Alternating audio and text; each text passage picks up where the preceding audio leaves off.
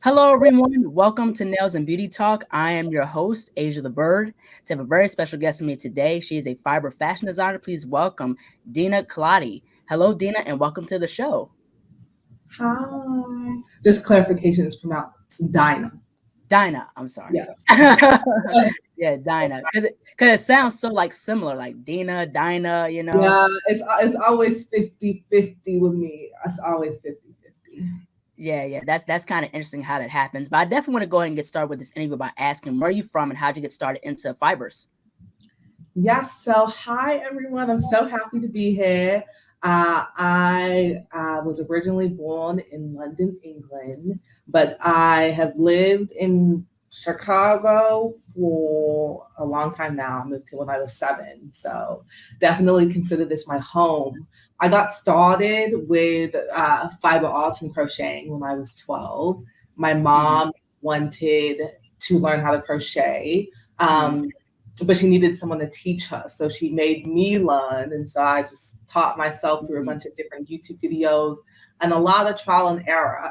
And I did end up actually teaching my mom how to crochet, and she stuck with it for like a little bit, but then she quit and she never went back. So but that's how I got started. Wow, that's really, really interesting. But I definitely want to also ask too, like, because I know you major in sociology. So how have you been able to like incorporate sociology with like fibers by any chance? Yeah, so for a long time, these interests were very much separate. I started crocheting when I was 12, but it was like very much an on and off relationship, especially in the beginning because I sucked. I was really bad at it. And it takes a while for things to start looking like how you want them to look. And I remember in high school that someone from my high school had told me, like, because I was like, I don't know what I want to do, because I think I was like a junior, senior, and I'm like, I don't know what I want to do in my life. And then they told me, well, why don't you just, do some of your crochet business? And I was like, I completely blew them off. I was like, that's not practical. Like, why would I ever do that? Like, the idea had never come to me. And also at the time when she suggested it, I really wasn't that good still. And so, yeah, so I went to college and I never really considered it. I just recently graduated from the University of Chicago, and I went to that school with the intention of going to law school after and being a lawyer. But I don't know why, because I always told people that I wanted to go to law school, but I also told them that I didn't want to be a lawyer. And a big reason as to why I was pushed to feel like I wanted to be a lawyer was honestly because of the color of my skin. I thought, okay, you know what? If I know the law like the back of my hand, I can help myself, I can help my family, I can help other Black people. And that was one of the greatest motivating forces that drew me to wanting to be a lawyer. And so when I started college, I did a lot of things in the political sphere. One of my first internships, I was an organizer for Kamala Harris's presidential campaign. And then after that, I got involved in a nonprofit. And, while those are experiences that I truly cherish, I realized that, I don't really want to do that. And especially because the pandemic came around. And that was a time where, we were seeing, Black Lives Matter on such a big platform. And it really got me thinking. And I was like, I don't want to be involved in this way. I was really trying to strike the balance of how can I be involved and make a difference and make it impactful, but like not dread it every single day. And that's kind of how I felt like looking at it from such the political arena. It wasn't something that I felt like I wanted to do with the rest of my life. And so during the pandemic, that's when I, started my Instagram channel. That's when I started making things on like a much larger scale. And I did it with no intention of it growing. I literally just did it as a means of trying to express through fiber arts and through fashion, what I was feeling, some of the things I wanted to say. Right. And so how this answer, get to your question, how this kind of involved in sociology is like by my junior year, I had finally declared my major, and I declared sociology. And the reason why I picked sociology, if I'm going to be honest, is because that was just the major a lot of my friends were in. It was also one of the most like diverse, like in terms of orientation of who was in there. And so I just felt most pulled to the major. But then also, I just find people really interesting. And I thought, okay, the study of people, let me go on ahead and do that. And for a while, I treated them separately. But then when it came, the summer before my senior year, where we had to work on our thesis, I really struggled with like a topic and something that I could choose and something I could do. But then, I don't know who suggested it, like combining this idea of fashion and the fiber arts and bringing sociology together. And so for my thesis, I can't remember my exact question, but it was something along the lines of, what can dress tell us about the ways that Black students are moving through predominantly white spaces? And I feel like one of the things like being involved in the fiber arts really taught me was that, art says something. It really says something. And I think it's so powerful because it can say something without saying a thing. And I think that when I was examining dress on Black people specifically, I thought it was really interesting because we can't choose the color of our skin. That wasn't a choice. But most of us are able to choose like what sorts of things we adorn on ourselves. And I realized like the older that I got, how much I expressed myself through these physical forms, whether it was what I was wearing, the jewelry that I accessorized with, how I did my hair being one of those key factors.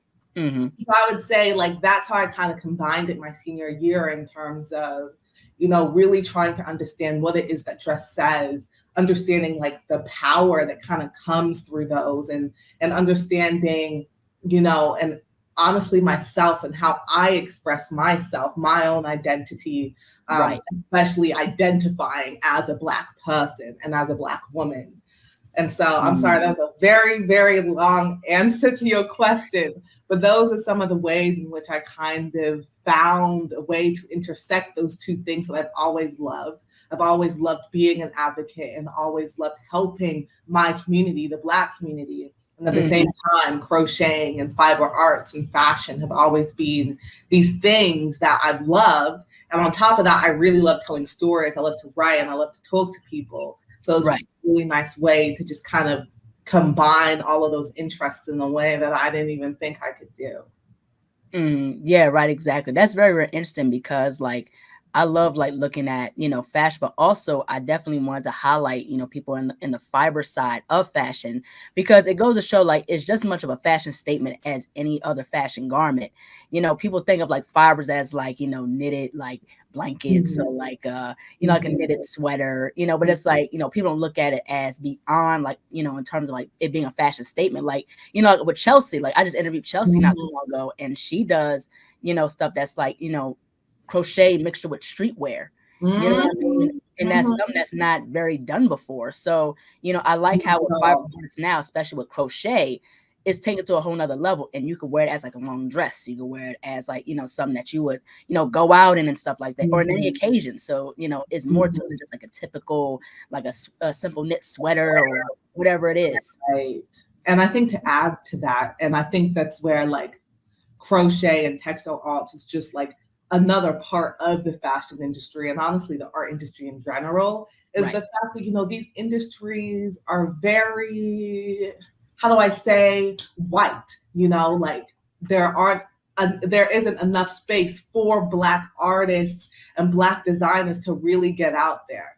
And so I think it's so cool, in the fiber arts community where the same problem exists, where, this is a community that is predominantly white, seeing Black artists and Black crocheters and fiber artists really just turn the whole thing on its head and showcase the amazing things that you can do and how far you can stretch your imagination. So those, especially in my own fiber arts journey, like people like Chelsea have been the type of people who, motivated me, and inspired me. So yeah. Yeah, exactly. I could definitely agree with that. And my minor was fibers when I went to SCAD, because me and her went to SCAD together. So Oh, so so yeah, cool. so when at first like my minor was like, we have majors and minors at SCAD. So my Mhm. major was illustration. I'm an illustrator and I'm a nail artist also, but Which also I saw some of your nail art. That went crazy. That is so amazing. You were so freaking talented. yeah, thank you so much. I definitely appreciate that. Yeah, so at first it was like printmaking. I wanted to try that for like a quarter or something like that, and then I did like Mm. fibers. I was like, oh, okay, there's more experimentation. There's more into like working with yarn, natural dyeing. This denim jacket was in one of my I designed it in one of my fiber classes, like my third or fourth year. Wow. I was about to say, I was going to comment on your jacket later. It is beautiful. Yeah, thank you. I really enjoy like working with just like denim and stuff like that, because denim, there's so much you Mm. can do and dye it in different ways. You know what I mean? And that's the Mhm. thing. Like, it's a way. Fashion is a way of expressing. And that's something with fibers. I like how I said there again. It's just with fibers, it's pushed more beyond the limits. The Mhm. possibilities are endless. There's people making like stuffed animals with crochet and doing portraits, Right. and then doing like what Chelsea's doing, making dresses and streetwear. You know what I mean? Mhm. And I was asking Chelsea at one point, I was like, would you describe your crochet as like haute couture? And she's like, I don't know how I would describe it. I was like, it's a mixture of like Mhm. some sort of like haute couture, with a Mhm. mixture of streetwear. And that's the thing. Mhm. And then she got Lucky Day and Flo Millie. Chelsea is in her own lane, Exactly. seriously. So that's definitely the thing with that. But I definitely want to also get into this too. How have you been able to mix travel and especially life experience with some of your crochet work? So what do you mean? So essentially what I mean is that, like I think you did mention that you were born in the UK. Hmm. So I want to just kind of ask, like, in terms of just mainly in terms of culture, like how do you mix culture and especially life experiences with your crochet work? Because I remember looking at about you on your website, and it mentioned about how you create these pieces for the soul. So if you could explain more Mhm. about it, that'd be great. Yeah, so I think it just goes back into I think that clothing really does have the ability to help people kind of learn about their own identity and express that, and always showing that it's always a work in progress. Right. And so for me, I would say a lot of my inspiration, like I get it a lot from like a lot of different books I've read. And Hmm. like I was born in London. I was born in London, England, and I moved to when I was 7. But I haven't really traveled anywhere since, this except for when I studied abroad last quarter. And Okay. so for me, a lot of the quote unquote traveling that I did, or like immersing myself into different worlds, came from like a lot of the different books or a lot of the different literature that I read. And I feel like for Hmm. me, like, I am an avid reader. I do love to read, but I do think like growing up, there was a lot missing because, like we were talking about before, it was another industry that was just predominantly run by white people. And Right. so for me, when I started reading like, books by other Black people and by people of color, it really began to resonate with me a lot more because these were experiences that I really could identify with. Hmm. Um, One of my favorite pieces of work is for colored girls who've considered suicide. I love it so much. One of the collections that I did was inspired by this amazing piece of literature. And so I just love doing that. I love looking at different aspects of Black culture all around the world. And I think that's one amazing thing about the fact that, I was born in England and moving to America, having lived in 2 different countries, and kind of exploring that as well. Like, just knowing and really being able to see like the diversity of Blackness that exists. And I think for so long, especially in the media, it's been pushed as a monolith. A Black person is this and this only. And that's just not true of any single Black person I've ever met in my life. And so for me, I've really loved to try, to amplify these different stories, amplify my own story, my own experience, about the diversity of Blackness that exists and about the diversity of culture. Like, it is a lot. Black people are everywhere doing everything.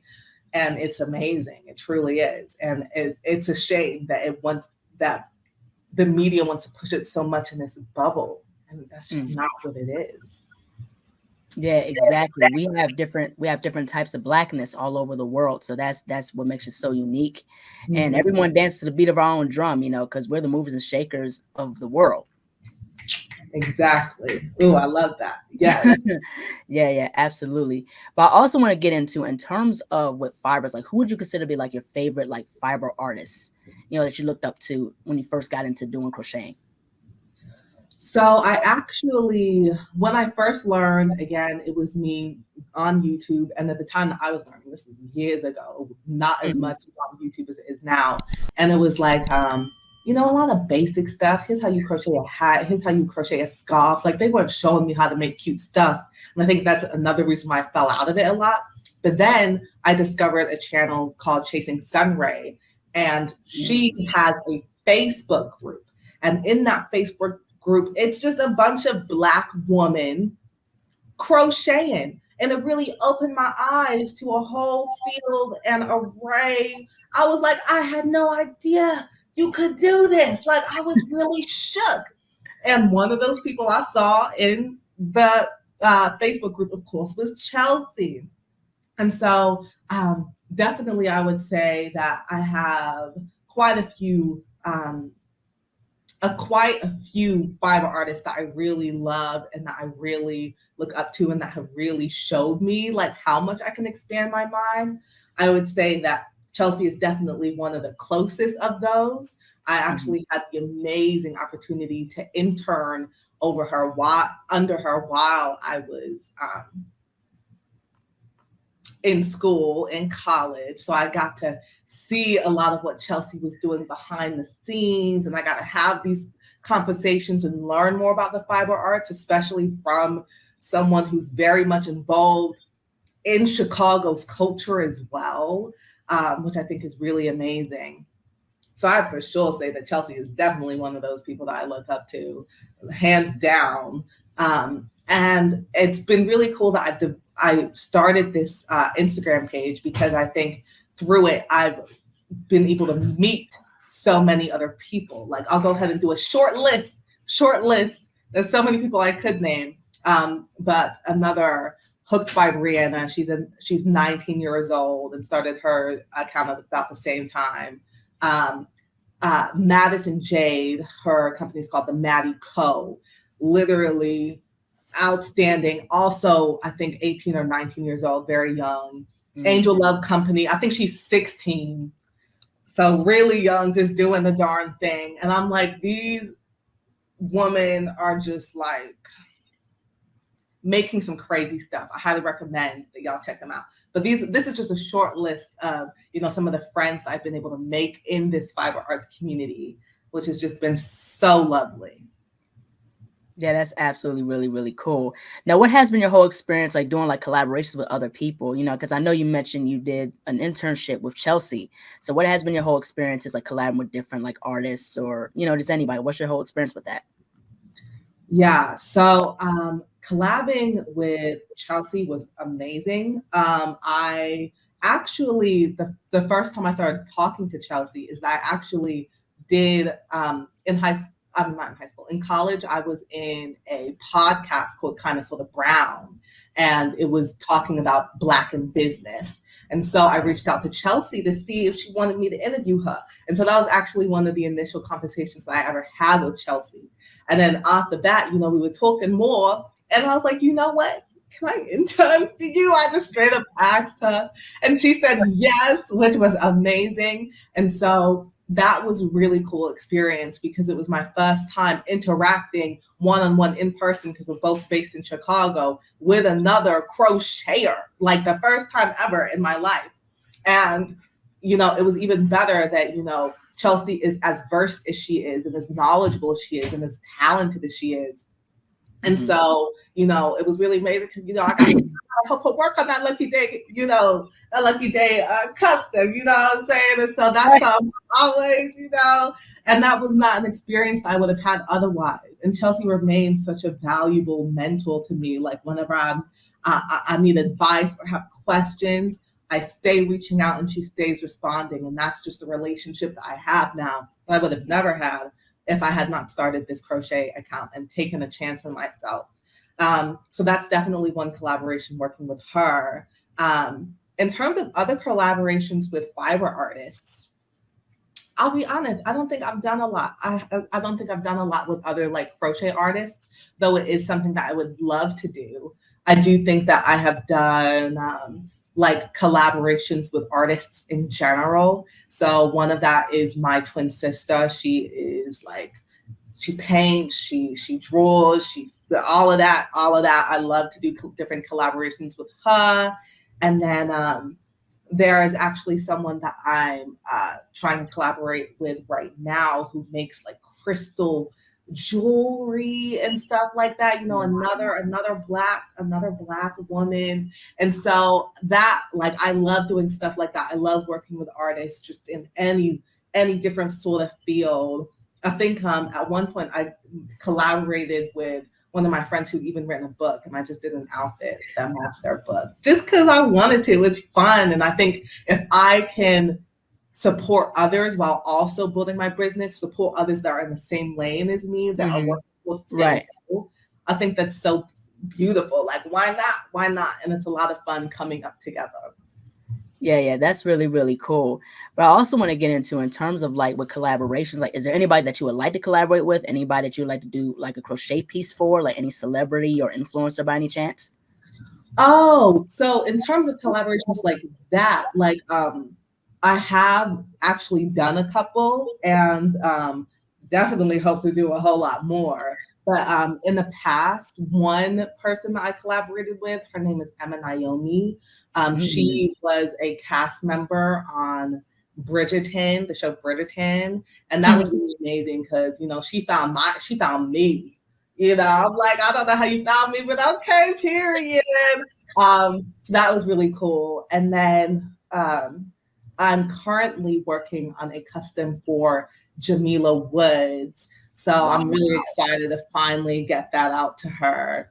And then another person that I've collaborated with, honestly, multiple times is Z-Way. And so, yeah, I've sent her multiple stuff. You know, we love a returning customer. So, yeah, so those are the people that I've collaborated with, like on that celebrity influencer status thus far. In terms of who I'd love to collaborate with in the future, I think that I honestly, when it comes to collaborations, I honestly prefer doing them with people who are like on my level working up, you know what I'm saying? In terms of, you know, if you're a celebrity, you know, I prefer, you know, pay because I know you have the money. And so, but like in terms of people that I would love to make things for, I mean, honestly, anybody Black, that's number one, anybody Black. But yeah, like, yeah, I don't know if I have like any specific people. I think I would love to make something for Chloe Bailey because she stay stunting on the Instagram, and Right. I recently fell in love with Doechii, so I would love to see her in some of my crochet and make her something really cute that would match and fit her vibe. But honestly, any artist or any person who's gonna let me just like explore and, you know, be crazy, like any person who has like real vivid and like personality, like Z-Way, for example. I love making customs for her because, like, I mean, she a fashion icon. She has like a very set in stone in terms of what her look is. And so it's very fun to play. It's very fun to play with that. Anyone who lets me just do me and play with something that I think would look good on them, you know, of course I take, you know, requests, but that's the most fun. Someone just lets me explore and lets me lead. Yeah, right, exactly. But I do want to also talk about this other question because I think, you know, because I like how, you know, authenticity is very important. But it's like, you know, like I want to ask you, like, you know, like how do you find the balance between giving people what they want and then having that having that creative freedom? Like, how do you find that balance? Yeah, I would say when it started, it was definitely very difficult. I was basically saying yes to pretty much everything because I was like, okay, well, a little extra cash here and there. But then I realized that burnout is real and I'm going to get really tired if I just say yes to everything, especially if it's looks that I don't like or don't enjoy. And so I think there was a period where, I would be like, hey, like, I don't think this is something that I can make.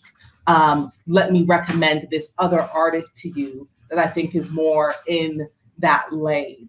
And Mhm. so I think that's one way that I kind of go about getting out of designs where I'm like, I don't know if this is something that I would really enjoy creating. I find that if I'm working on something that I know doesn't necessarily fit my mold or my vibe, like for example, if someone asked me to make something that's super trendy, right? So there'd be like super trendy pieces within like the knit and crochet community. And I know that yes, it's popular and yes, that people want it, but it doesn't necessarily feel authentic to me because I'm basically just making a design that someone else, created. And I would prefer people coming to me for something that is my own design. I would like to Right. get out there as, more so a designer. And so that's definitely something that I'm still working on. Definitely something I'm still working on to trying to solidify like what do I want my clothes to look like? What do I want the vibe to kind of feel? And I feel like I've slowly been getting closer and closer to kind of solidifying, if you're into this type style, you come here. Mhm. Yeah, right, exactly. But I also want to get into in terms of with the fashion, because I know some people will consider their custom work as like slow fashion. So Mm-hmm. why do you consider your crochet fashion, your luxury brand, to be slow fashion? And what's the whole difference between slow fashion and fast fashion, if you could explain that possibly? Mm-hmm. I would say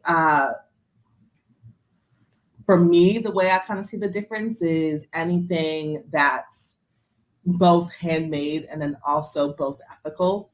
And so for me, when I think of different fast fashion, I think of chains like Forever 21, H&M, Zara, like those is fashion brands that are able to produce crazy amounts of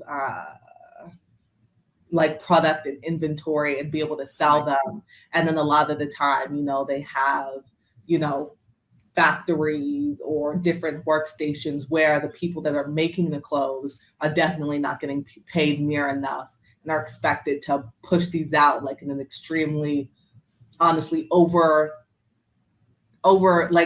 consumption rate.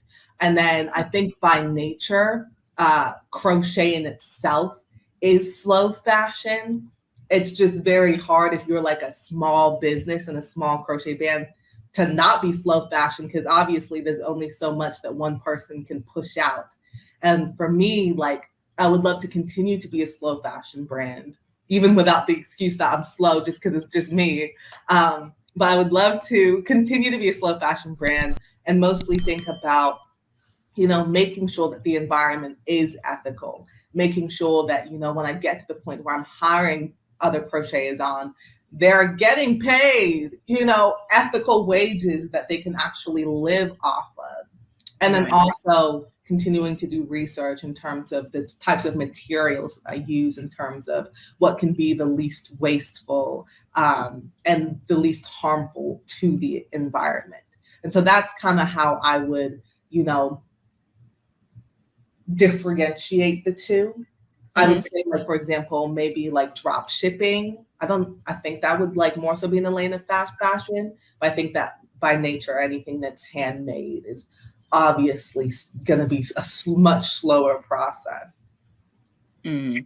Yeah, right, exactly. 'Cause I find it very interesting because like some people will consider like their fashion slow fashion, but I think it's considering also too like the time that's into creating a work of art, especially with whether it's Mhm. crochet or sewing like a whole fashion garment. So I think I can understand also too that's why it's called slow fashion, like how you said with fast Mhm. fashion, it's mass produced. Right, exactly. You said that perfectly. it's mass produced. It's not like, there's not much authenticity with fast fashion as it is with slow fashion. I want to get into in terms of pricing too. So what is your take in terms of pricing, like custom crochet pieces? Mm-hmm. Again, this is something that I definitely had to learn to get better at, and it's still something that I'm learning to get better at. And I would definitely say that Chelsea was a champion for being real and offering insight. But I would say that mathematically, the breakdown for how crochet items should be priced is one, cost of materials, two, labor. Those are at minimum, especially if you're working by yourself, what you should be charging. And so for me, I try to charge like $15 an hour towards my labor. So this is how I charge currently. However, what I would like to charge in the future is I need that, I forget what the term is, but it's like you add like an additional percentage. I'm forgetting what the term is. It starts with an all. I'll come back to you about it. Like rate? But, what is it? Rate? Yes, like an additional rate that is charged on top of it, that thinks about expenses like, well, the cost to maintain the website, the cost to, have your PO box set up or have different, software that you're using to make sure that the company is running smoothly.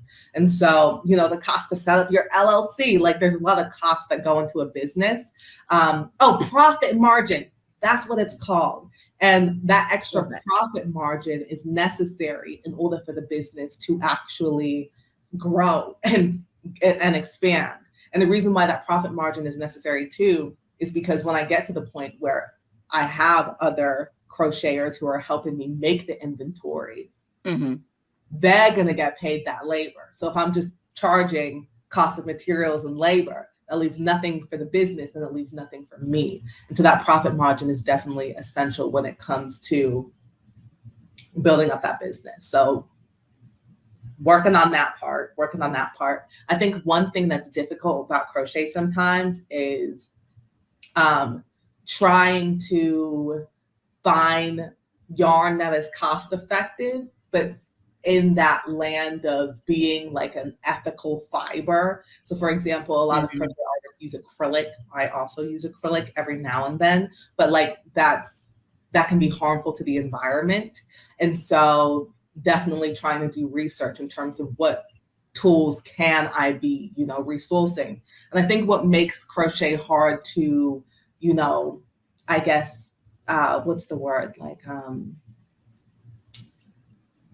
pitch sometimes, especially like if you're in a state where, you want to talk to investors or get some money to get you some basic money to be able to invest in a business, is how do you convince people that this can be profitable? How do you convince people that, this is a sustainable way of making money when it costs so much to develop a single product, right? Because of the cost of materials, but also the amount of time it takes. How do you price time? And I think that's something that's so difficult as artists, because like you said, like this is handmade, this is authentic, this is us taking hours and hours of our time to create something.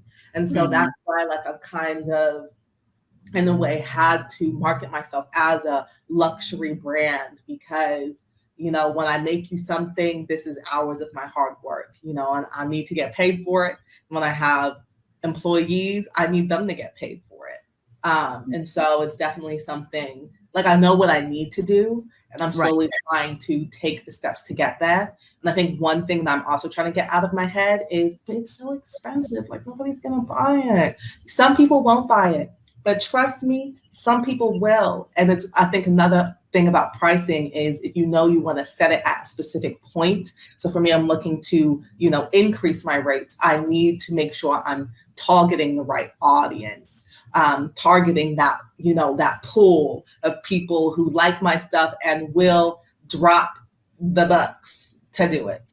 And that clientele exists. Like this is a big, wide world. And so I think that's another thing too, is like sometimes that no is necessary to some clients, because at the end of the day, if they can't afford what you're trying to give them, then they're not the target, then they're not the audience that you're trying to reach.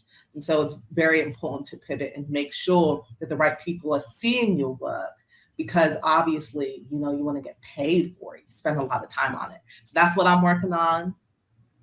Mm-hmm. I'll keep you updated. I know what I need to do, but it's just about executing. Yeah, absolutely. Because that's something I'm working on too, with pricing and stuff like that. Because when I first started doing press-ons, I would undercharge, but that's not really good, because you're trying to maintain, a sustainable living, or just trying to make money to sustain yourself, to buy materials and things like that. So that's the thing that, where I see, especially on my end, being not only an artist, but being a part of the beauty industry, is that when people make press-ons or have like nail services, they would undercharge like $20, $30. Like, they'll charge $100, $200 something for the service, because you spend a lot of time doing the nail art, you're doing the service, you put a lot of time into, especially like a set of press-ons. Like, there's a lot of materials that go into it. Plus, the nail products ain't cheap. They not. And I think that's such a good point you said too. Like, sometimes it can be hard to price your work higher when you have people who are still treating it as hobbyists and aren't charging what the product is actually worth. It makes it very hard to be competitive in the market. So that's another thing. But those people, they just need to get on our wavelength. Okay, they need to get on our wavelength. That's how we do it. Yeah, right, exactly. And that's the thing. Like, same thing with fiber stuff, like materials you're trying to get to build like a custom jacket or like a custom dress or something like that. That ain't cheap. That's a lot of time, a lot of labor. Stuff is expensive. Especially with the economy, like stuff is going up, prices going up. It's inflation. And even to add on to that, I think what's also interesting is, actually, come back to me. I completely, my thought completely just left my head. Yeah, that's so understandable. But like I said before, especially with the economy now, especially when times that's critical, like stuff is going up, especially like, gas prices, like food prices are going up, you know what I mean? So even that in itself, you have to have the ability to sustain yourself in those things too. Yeah, so that's very, very important. But I also want to get into in terms of like marketing. So what are some ways that have helped you in terms of like marketing your business? Like, what are some marketing strategies that you've used in terms of promoting your business? Yeah, so I think for me, what was honestly really useful was starting my business in university, because I just marketed to my friends, you know what I'm saying? And it's like, my marketing strategy was, okay, I'm gonna give you this hat, I'm gonna give you this top, walk around campus in it. If somebody asks you where you got it, bring them over to me. And so starting initially, that was kind of how I did it. I just literally talked to or DM'd a bunch of different people that I knew and was like, hey, I started this business. Can you please go follow and share? And that's how I built like the initial base of, I guess my follower base. And then otherwise, a lot of my marketing strategy is like through Instagram. It is through social media, which that I feel like social media for me is an okay marketing strategy. I feel like, it's weird because at the end of the day, you can't really control how well the algorithm works and when it works for you. And so I think there's a lot of times where it's like, I'll post something wanting my followers to see it, but then Instagram won't show it to them. But like, definitely, I would say that's definitely how I got most of my followers and got most of my customers through Instagram. And then different ways that I've been trying to grow is honestly, and I think these have honestly been more so the effective ways with me, is literally like direct contact, which obviously takes a lot of time, but because it's just me, I have the ability to do that now. And so like doing stuff like pop-up shops, for example. I did my first pop-up shop through my university, actually. There's something called the Smart Museum that's like, it's its own museum, but it's also affiliated with the university. And so I did my first pop-up shop there and was able to sell some inventory. And the people that come that came to the Smart Museum. You know, it wasn't even students, it was people from the South Side community that came to the pop-up shop. And even the people that were working at the Smart Museum were very impressed, so impressed that now they reach out to me, you know, to do like a different commission work for them, you know, for different projects and performances they have going on at the museum. And so I definitely say that that to me is honestly very effective. And I've gotten a lot of opportunities that way.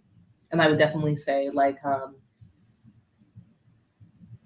just being as persistent as possible, I think is another thing. And I've been trying to get more, like still use Instagram, because at the end of the day, even though it sucks, the algorithm sucks, you know, it is like, if you are already a celebrity, like it is a way to grow that following. And so I've been trying to get more off of Instagram though, or I've been trying not to rely solely on Instagram and move to other social media platforms. So started a TikTok, still learning how to use it, but started a TikTok. Started a YouTube channel, hoping to grow a following on there.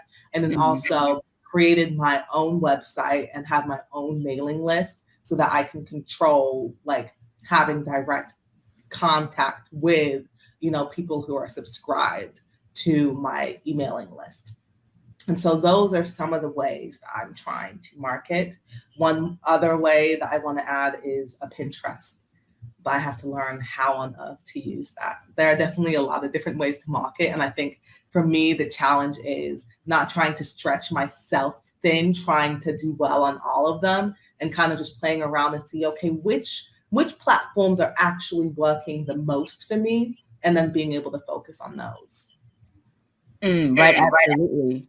Because, you know, like absolutely, because the thing is that, you know, you don't want to spread yourself so thin, you know, because there's so many social medias out there. Like you got TikTok, you got Instagram, you got Twitter. And I'm like, let me just stick with TikTok and Instagram and Facebook and Twitter, because this just having everything, Snapchat and stuff like that included is too much. It's too much. Yeah, so that's definitely the thing with that. But I definitely want to also get into this other topic too. So what has been your whole take in terms of like fashion, especially where it's going in your perspective, possibly? Yeah, I mean, it's tough because on the one side, it's really interesting because I started crocheting at such a young age. It's really interesting to see how the popularity of crochet has come up. Like I went from being the only person I knew who crocheted to suddenly knowing a bunch of people who be crocheting just for fun. And on top of that, I think one of the things that have been challenging is, you know, crochet is a handmade art.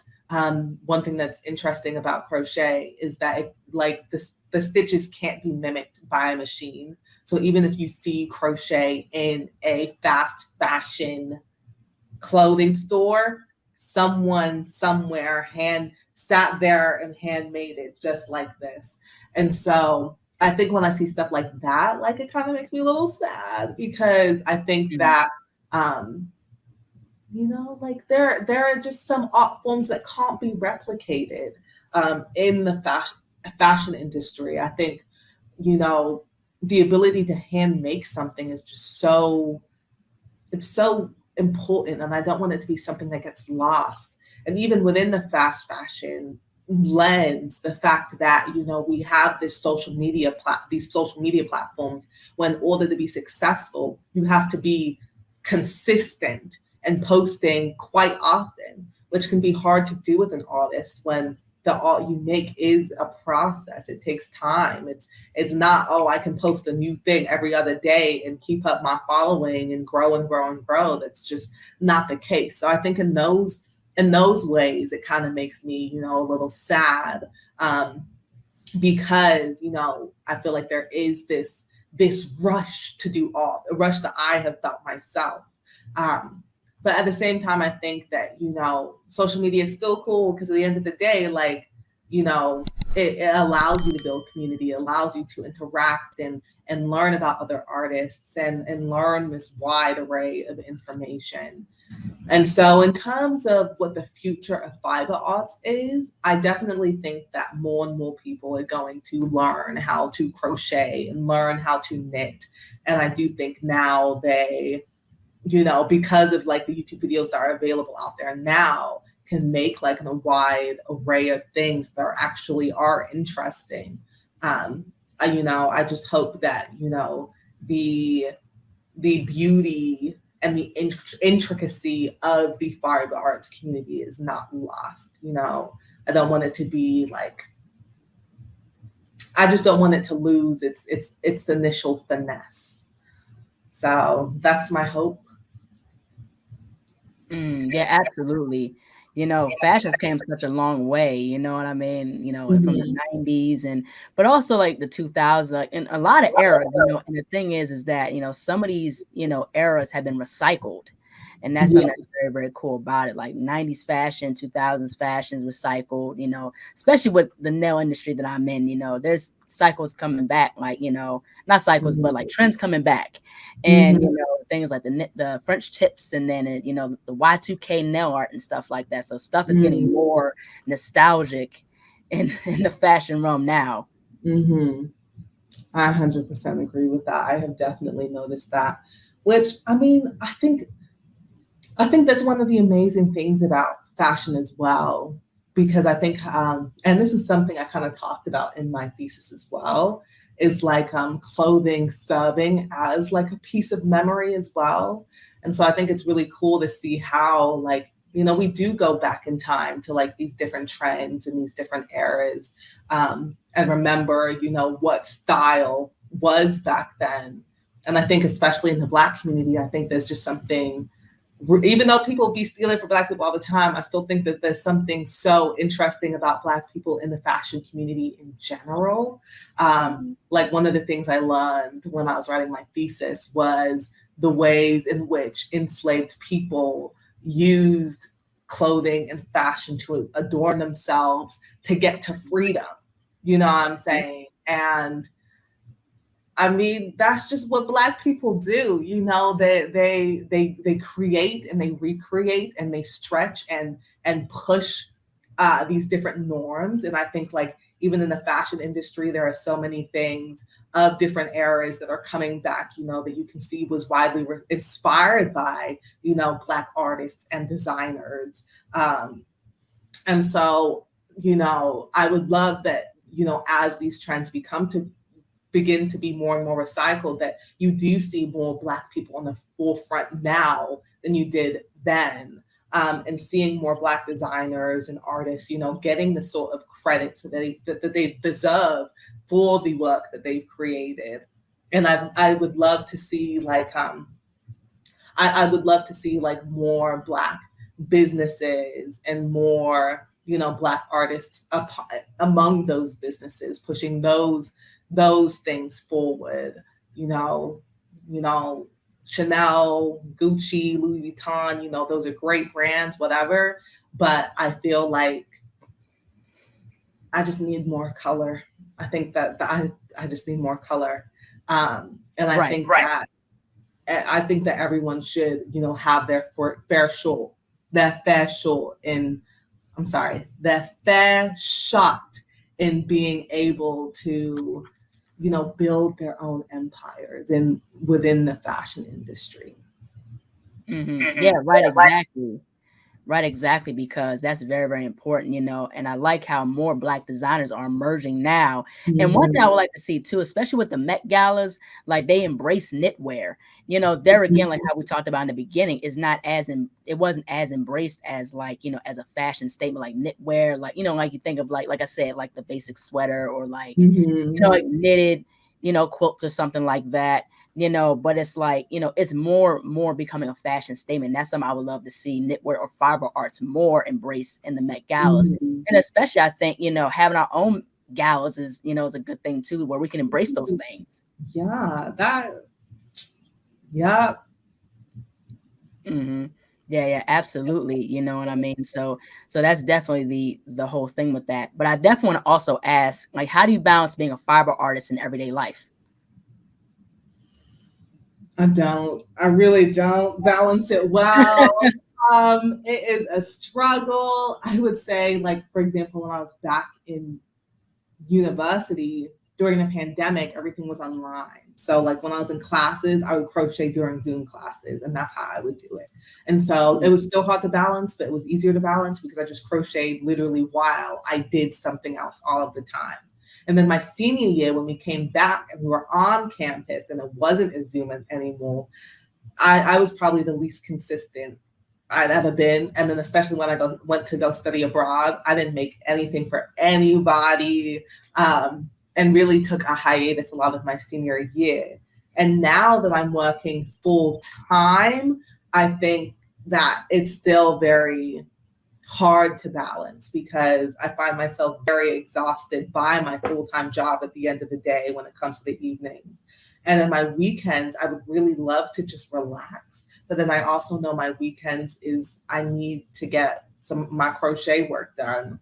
And so it doesn't leave a lot of time for rest, doesn't leave a lot of time for social interaction, for having fun.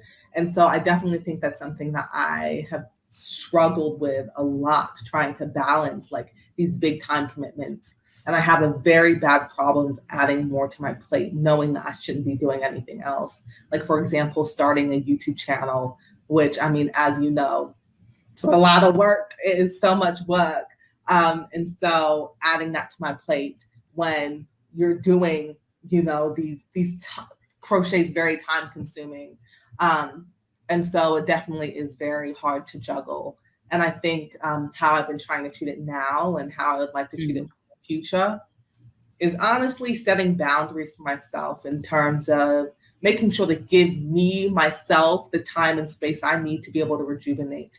Because, you know, as the saying goes, if I'm not running, the business isn't going to run. And so making sure to set aside that time to, you know, not just be working all of the time. Like even remembering, why am I doing all of this in the first place? I'm not doing all of this because I want to work. You know what I'm saying? I'm doing all of this because, you know, it's something that I enjoy. And so one thing I have to constantly remind myself, you know, and that's one thing that's hard about taking a passion and turning it into a business, you know, is remember why I'm passionate about it in the first place. Remember that why. And remembering that is so crucial. Mm-hmm. Yeah, absolutely. Because the thing is, you know, I think a lot of us struggle with, you know, in terms of finding that balance and stuff like that. Mm-hmm. You know, you don't want to burn yourself out because, you know, you can't maintain a work ethic of what you do, what you love to do. You know what I mean? Because if you burn out, that whole passion is going to be up in smoke.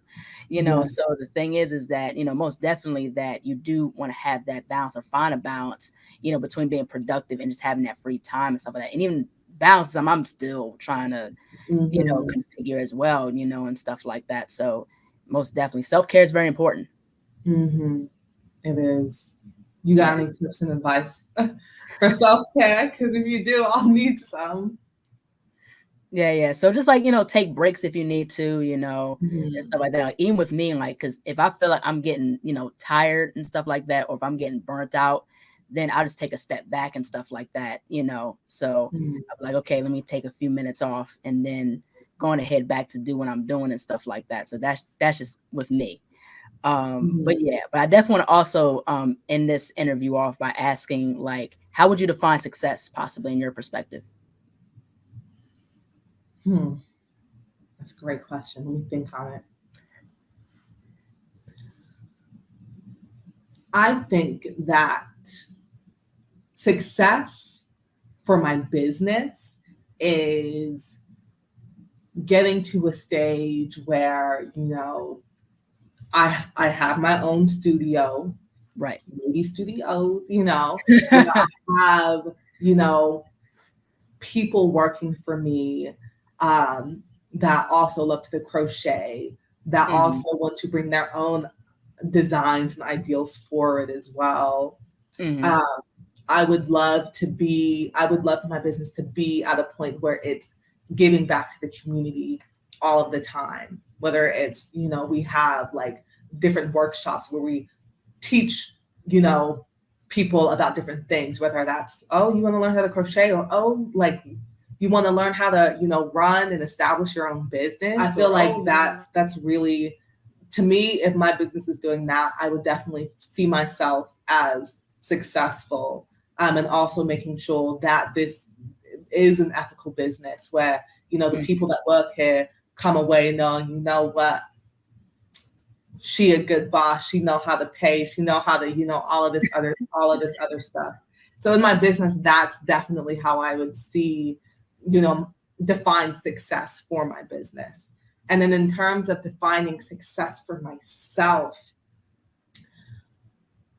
I feel like I recently came to the realization of like the few words that I feel like the few words that kind of establish like the future career like goals that I have for myself. And it's that I would love to be like a fashionista, author, writer with my own television show, culture icon. You know, that's how I want to be known. And I think I want to be known like that because I realize for me that, you know, there are like an array of things I'm interested in. I don't want to be the type of person that, you know, pigeonholes myself into this one thing that I'm constantly doing forever. Like as much as I love crochet, I have to be honest with myself. If I'm spending the rest of my life solely crocheting and nothing else, I know that's not going to fulfill me fully. And I do have like these other passions, like along with crochet and fashion is the passion to, you know, write and share stories. And for me, you know, it's about sharing stories that go back to my mission of, you know, deconstructing the notion of blackness in a monolith as a monolith and showcasing that diversity of blackness. You know, like wanting to have my own television talk host is just another way in which I can tell these stories. Like all of these different interests to me tell a story. And that's what I want to spend the rest of my life doing. And I want to be able to do that in an assortment of ways. And so for me, that's the goal. That's success for me. Yeah. That's really interesting of how you said that, because I like what you're representing, because, you know, you're able to break the norms or able to break certain things that are considered as the norm. And it's like, yo, we're more than this one thing of blackness. Like how we said earlier, you know, we're different forms of blackness, you know, we're universal, you know what I mean? And that's something that I like what you're doing, is that, you know, you're embracing, you know, and maintaining blackness, because that's very important for what we do, you know. And like how I said before, we're the movers and shakers and trendsetters, you know, of the world, and everybody follows the beat of our own drum. And that's something that, you know, our authenticity is, I say, it's unmatched, because, you know, we make stuff. Where could people find you on social media, and how could people support your work? Yes. So, hi, everyone. Y'all can find me at TKor Couture, TKor Couture, on IG and Instagram. Oh, wait, I said the same thing twice. On Instagram and TikTok. And you can also find me, Dinah TKor Clottey, on YouTube. And if you want to buy stuff from my site, you can check out TKorCouture.com. All right. Well, thank you so much, Dinah, for jumping onto the show. This is really great. I had a lot of fun, you know, talking with you. You know, your art is absolutely great. You know, I love your brand, your crochet brand. I love you and Chelsea. Like, you guys are emerging artists, and, you know, breaking that whole stigma of like crochet and really, really pushing the boundaries of it. So I definitely want to thank you so much. This has been really fun. I enjoyed myself. Thank you. This was a lot of fun. I'm so happy that I got to be here, and I really appreciate you so much for reaching out. And I just love your jacket. Like, I have not been able to stop staring at it this entire call. Yeah, thank you so much. Take care. Thank you. You as well. Bye-bye. Bye. Bye-bye. Hello, everyone. Thank you so much for watching. Please like, comment, share, and subscribe to the channel. Be sure to click the bell for notifications. Also, follow me on my social media platforms, and visit my website, asiaticbird.com, and be on the lookout for more interviews to come very soon. Take care and stay beautiful.